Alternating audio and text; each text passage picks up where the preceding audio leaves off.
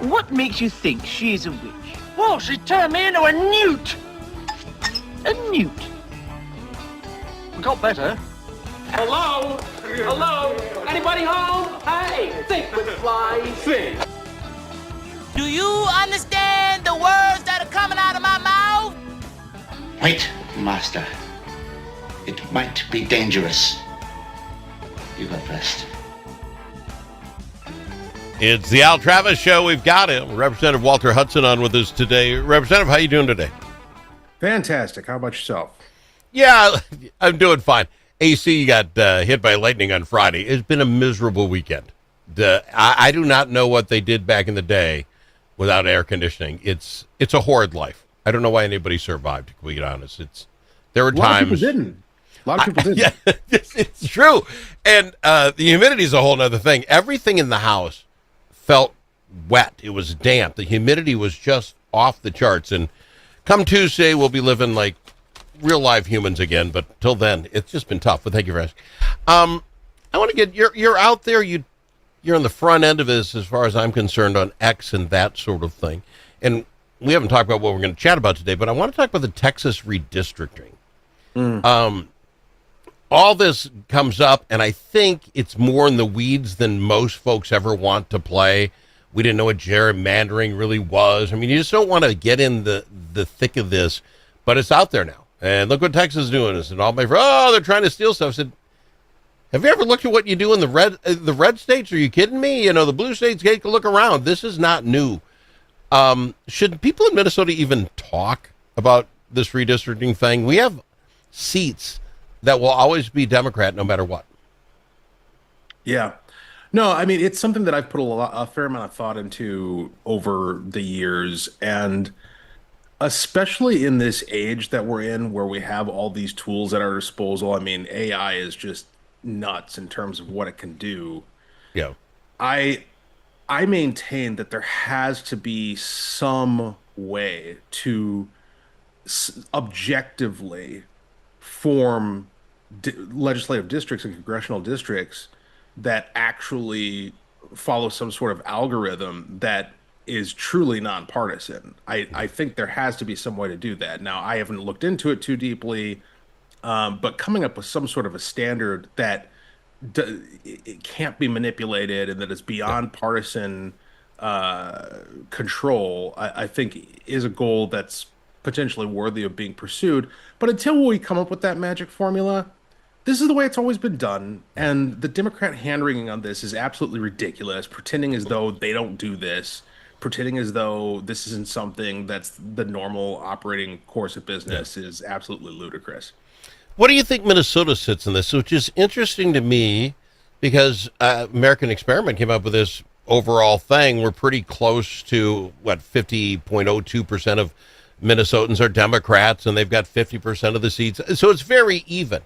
But I look at it as the race they make. I was a close friend to Jim Hagedorn.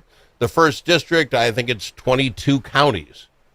Look at Elon, it's a county and a half. I mean, there are other ways of splitting up that pie. I always thought you should go out 7 times from the center. So now some people have to talk about city politics, and you get out the rest of it. That's never that way. I don't know. How do you feel about Minnesota? And go to the state and House side for you, because Julie Rosen had 4 or 5 counties, and now Draheim has got this strange-looking city, map. So is there still gerrymandering here in Minnesota? Look, there's gerrymandering everywhere. Let's not kid ourselves. Okay. Let's not fool ourselves. I mean, gerrymandering has been part of the process since the beginning. It's an inherent flaw in the system, and I don't think you can fault people who have the capacity to fulfill that duty, doing it in a manner that's going to benefit their party. I mean, what else do you expect? I mean, it's not against the law. Perhaps it should be to some degree, but again, until we come up with a method of doing it that's truly objective and that everybody can trust, the idea that one side or the other should voluntarily handicap themselves in this process is utterly ridiculous. Is this the sort of thing the electorate, the rest of us, should know about? The idea that we're kind of figuring this out now because Texas did this horrible thing or it looks to do this horrible thing. It's kind of like electoral college for me. When I hear friends, we should just get rid of it. That does nothing for anybody. And I'm like, have you not? I mean, maybe we have to have a civics lesson like this so people understand what's going on. Could I be wrong? You laugh whenever electoral college keeps Minnesota alive. We're flyover country. No one would talk to us if it weren't for the electoral college. Well, I mean, you talk about getting into the weeds. Now we're really getting into the weeds, right? Because there is an argument to be made that I've certainly entertained, that if we had a true national popular vote, it would actually increase the interest that candidates had in places like Minnesota because every single vote counts. I don't know whether that's true or not. I've heard the arguments one way or the other. The bottom line is the Electoral College isn't going anywhere anytime soon. All right, fair enough. It just isn't. Like, it's an academic conversation. It's interesting to talk about, but there's no practical way that it's going to happen. And which is, that's why the founders built it this way. But back to why are we teaching people this now? Why shouldn't they have learned this in sixth grade, social studies class? Why is it that full-grown adults are like, what's gerrymandering? How does this work? Bad education. You know what I'm saying? Why you don't understand because you've been into this your whole life. You eat this stuff up for lunch. I'm watching my friends at golf not have a clue. Did you see that? The first time ever, these Texans are like, what are you talking about? Yeah. Yeah, I mean, listen, we don't prioritize the things that matter either in education or in the broader cultural discourse. I mean, that's just the fact. It's something that it's a cultural problem, and it didn't used to be that way. It used to be people were much more informed about the way the processes worked. Now they're significantly more informed about the latest pop culture item and what's happening on sports this weekend. Well, I'll tell you what, more of my friends know more about Taylor Swift, who I've never heard of one of her songs, know more about her than they did about gerrymandering and or the Electoral College. And that's saying something. I mean, we're out of that market. Before we go to break real quick, how much time do you think this governor has to decide whether he's in or out? He's talking state fair. That's coming up now. How much time does he have to either get in or get out? Because at some point, I don't think he minds hurting the Republicans, but he's definitely hurting his own side, right? I mean, if he's not getting in, somebody needs the time to play the game. How long does he have to decide? Your opinion? I think he has significantly longer than Republicans have to decide whether or not they're going to get in. I mean, the infrastructure is there for Democrats, and this is me saying this as a Republican. For Democrats, it's plug and play. Like, they can put whoever they want there, and it's going to be obviously running against walls would be preferable in my book than running against anybody else, just because of all of the baggage that he carries. But their infrastructure is in place. I don't think they're particularly worried about how things are going to turn out next year, unless, like we've talked about before, that great and wonderful candidate comes along who can really command a tremendous amount of fundraising and change the dynamic. On that, just before we go to break, if he gets out, because this is tough, like you say, you'd rather have him in because they don't generally give third terms in Minnesota. He also has a heck of a long list of things he ran on and that he signed into laws that the Republicans could go after him for. But isn't that the same for their bench as well? All of them now have this, I sat in 2022 and I voted yes on everything my team wanted. They're all going to have to stand up for that, are they not? No matter which one gets it. I mean, as long as it's from the tried and true. Yeah, I mean, as long as it's an elected official who's been around for a while. The thing is that we just got done talking about how people don't understand gerrymandering or the Electoral College, right? Yeah. So there's a certain degree of, I don't want to say plausible deniability, because rationally it isn't plausible, but brand deniability of, like, you haven't been sitting there. Your face has not been directly attached to this publicly for the amount of time that Tim Walz has. Fair enough. All right, we'll go to break. We'll back after this. I want to talk about this home stability program that is now ixed and stopped, and we'll talk about that after this. Dust from gravel roads and driveways does more than make your car dirty inside and out. It gets down into your lungs, and it's bad for your health. Now there's an environmentally friendly solution for your dust problems. It's called Dust Lock. DustLock can control all your summer dust problems with just one application. Protect your vehicle and your lungs. Learn more at dustlock.com. Think about it. Now that school's out for the summer, how are Minnesota students doing? Not very well. Minnesota ACT scores fell again last year and are the lowest they've been in 10 years. In fact, fewer than half of Minnesota students can either read or do math at grade level. Think about it. We used to brag about our schools. Now we're losing to states like Mississippi. Visit AmericanExperiment.org for more information. Think About It is brought to you by Center of the American Experiment, Minnesota's think tank.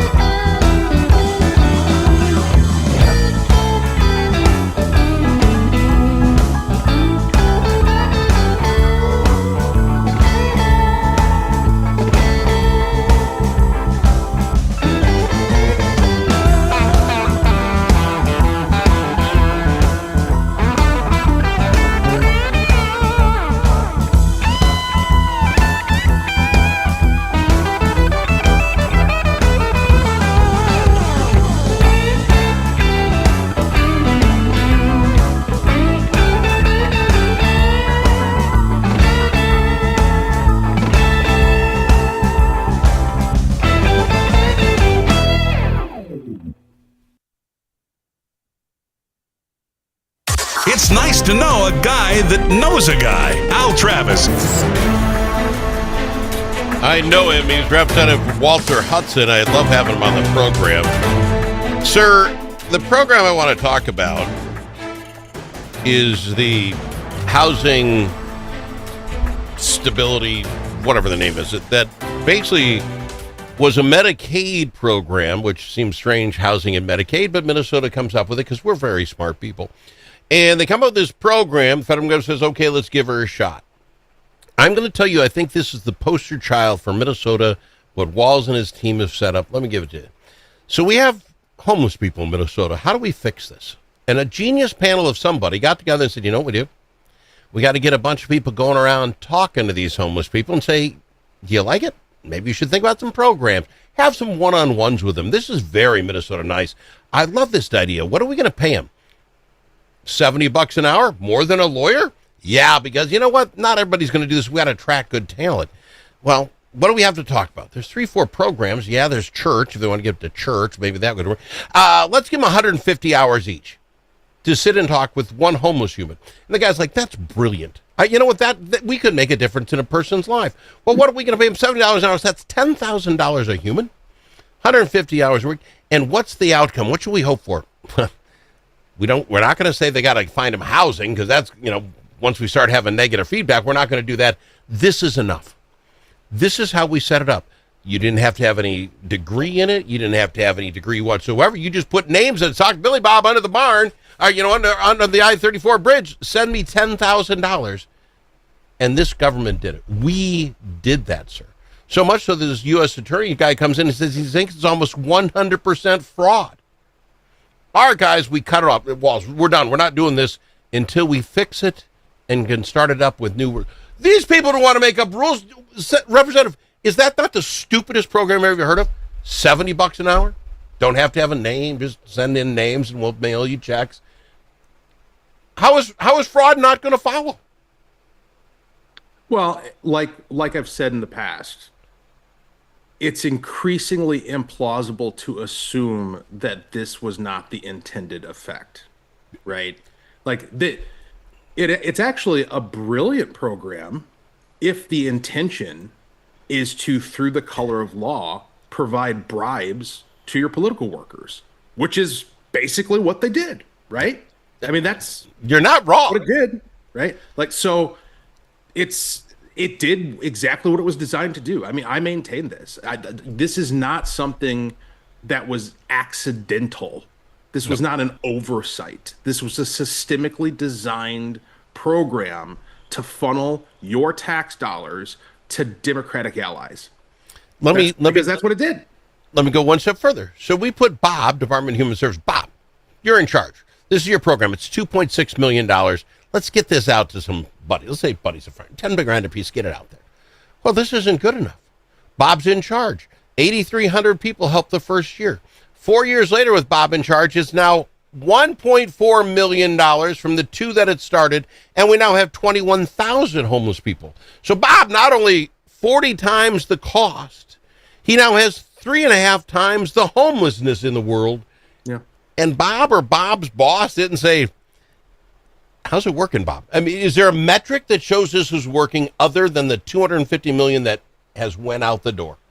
What's the metric that says this? We should have this in 2025? Well, driving around St. Paul and looking down any given alley or crevice or corridor, it's pretty obvious that it's not fulfilling its intended purpose, because you've got homeless encampments everywhere. You got homeless people laying around all over the place. You got people coming up to you asking for change everywhere you look. But are these the same ones that were talked to about their homelessness? Because that's the category. Those that were and those were not. It's sarcasm. I'm being sarcastic. Yeah. Have they been talked to? Who knows? It doesn't matter. Well, why do they need to be? Why do they need to be talked to?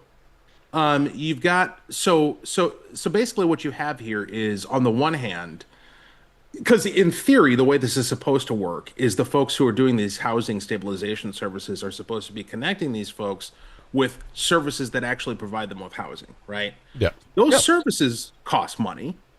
And so you're paying all this money in order to pay people to connect homeless people with these services. So you're paying twice. Yeah. For what? For what outcome? They're not getting off the street.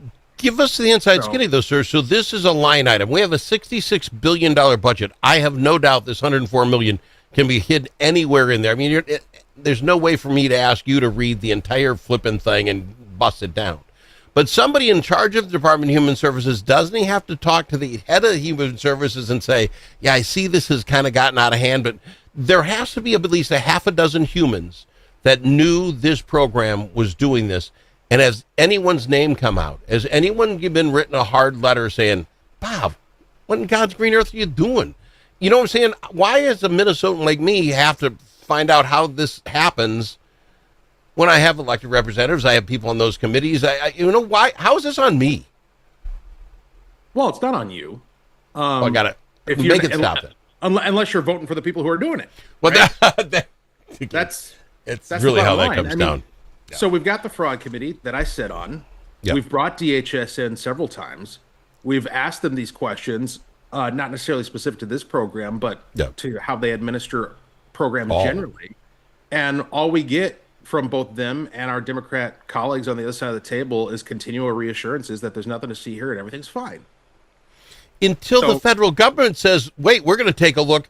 And we have dozens of frauds going on. I can list all autism, all the rest. But this one is so heinous that the second they say we're going to look under the tent, they close her down. I mean, this one has to be the worst of all, right? Because the other, they kept going. They were willing to fight for it a little bit and say there's something here.